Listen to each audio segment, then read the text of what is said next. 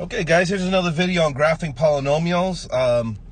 I know this is one of the harder things you probably have to learn this summer.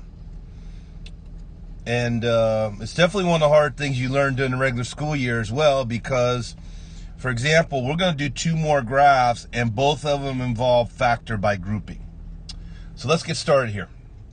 So look at this crazy looking polynomial that we're supposed to graph. Now remember, it doesn't have to be an exact graph, it just has to be a good rough sketch. But the first thing we're going to do, guys, is we're going to pair them up like that. We're going to factor by grouping. So I know that 12x cubed plus 2x squared,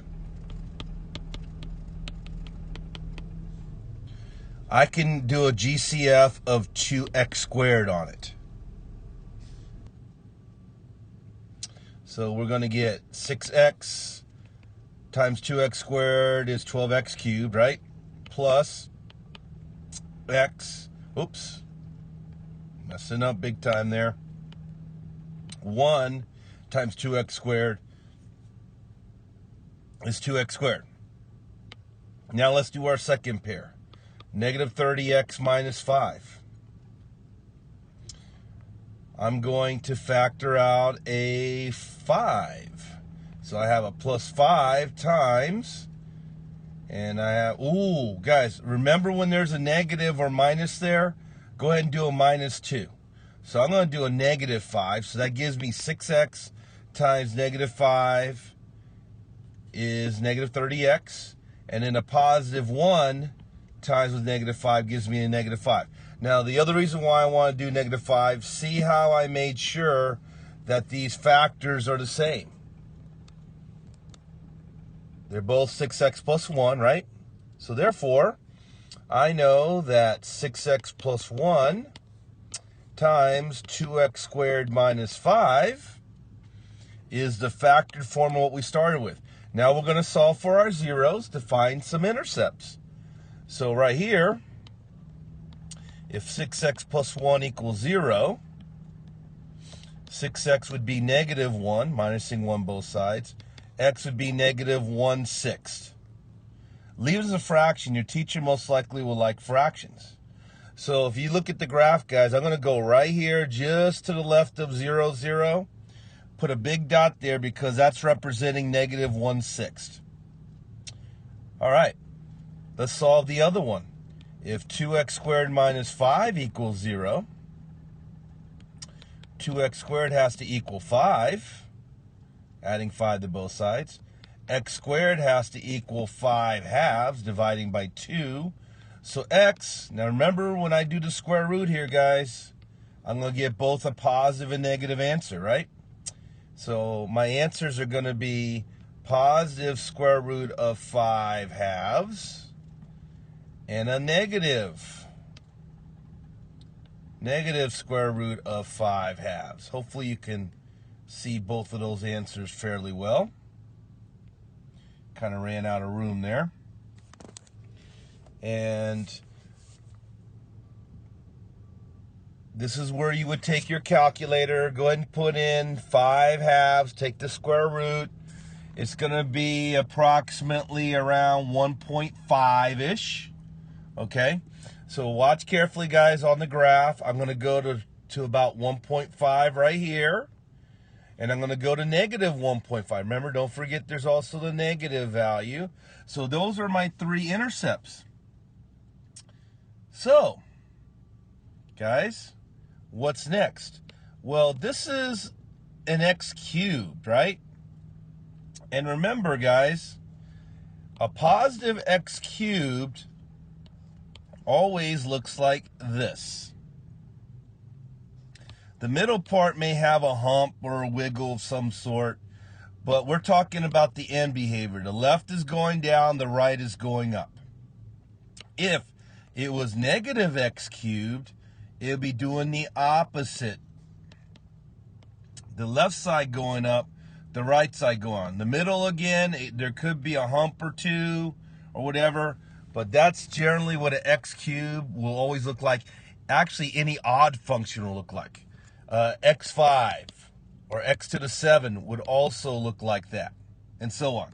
So you have to remember, odd functions, if they're positive, right goes up, left goes down, as shown right here. So, long story short, guys, we have our intercepts, do we not? Now, if we want to get fancy, this one's the easy one. Check this out. We could plug in 0 to find our y-intercept at -5. Does everyone agree? If that's 0 and that's 0 and that's 0, plugging in x equals 0, we get -5. So therefore, I'm going to graph that intercept. 0, -5 is right there. See my purple dot? So long story short, guys, you basically did all the work you have to for your teacher. You understood the end behavior or explained it. You did your factoring. Again, factor by grouping is something that a lot of you need to practice a little bit more, be honest, but you need to do that. We found our intercepts. We even did an extra step your teacher may not want you to do, which is find the y-intercept. But the last thing they're going to want, it doesn't have to be perfect, guys, but we know it's going down on the left. It's going up on the right. Basically, it's going to come up, loop back down, as you can see, and back up again. And there is your rough sketch. It doesn't have to be perfect, just has to be close. Okay, let's do one more at a little bit steadier pace. So, look how crazy this one looks, guys. So let's take our first two terms there. Notice there's 4 of them. Let's pair them up. Let's go ahead and do factor by grouping. So 24x cubed plus 15x squared. I'm going to GCF, let's see, a 3x squared here and see what happens. So I have 8x plus 5, right? Now let's take our second group.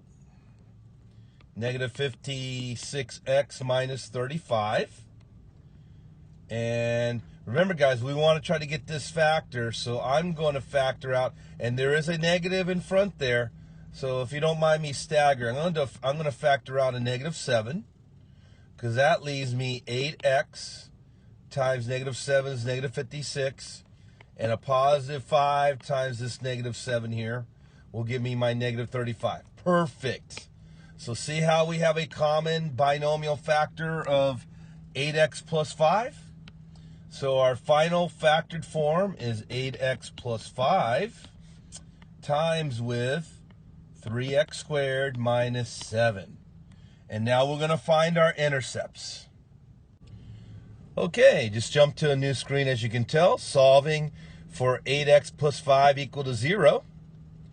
I'm going to get 8x equals -5. I had to minus 5 both sides there. Boop, boop, right? I'm going to divide by 8, so x is -5/8. Let's go ahead and graph that intercept. So -5/8, go ahead and use your calculator, is going to be around -0.6 something.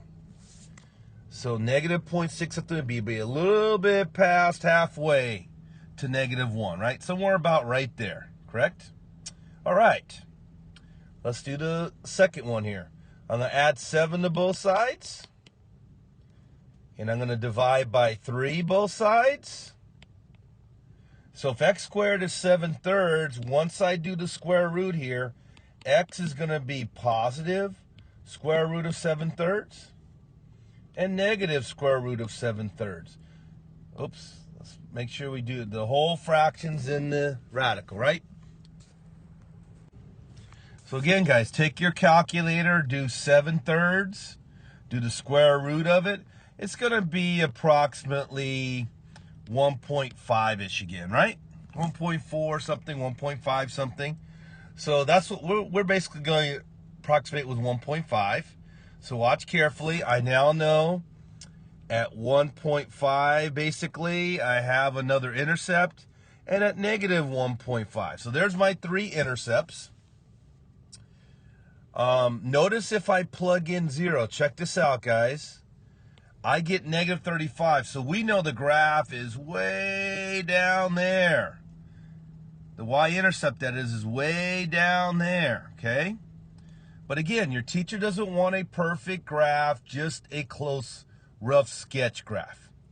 So, does everyone agree? Because it's an x cubed, by the way, we know it goes something like this again. Up on the right, down on the left, okay? So, what I just explained should be everything your teacher's going to want you to do. Did you show him or her the end behavior? Did you do all your factoring by grouping and solved it like we did here? Did you plot, in this case, approximately, you got the approximate fractions on this graph, all three intercepts? So guys, we know it goes down on the left, it goes up on the right. As it crosses here, is everybody here with the first intercept there? You know it's going to have a hump here of some sort. It could be a taller hump, by the way. But we know it goes way the heck down there somewhere. And then it comes back up through there, all the way up. And there again, guys, is a nice rough sketch. That's all your teacher's going to want. And you're going to get full credit for it. So guys, hopefully this combined with the other two videos will help you when you're graphing these polynomials. I'll see you around.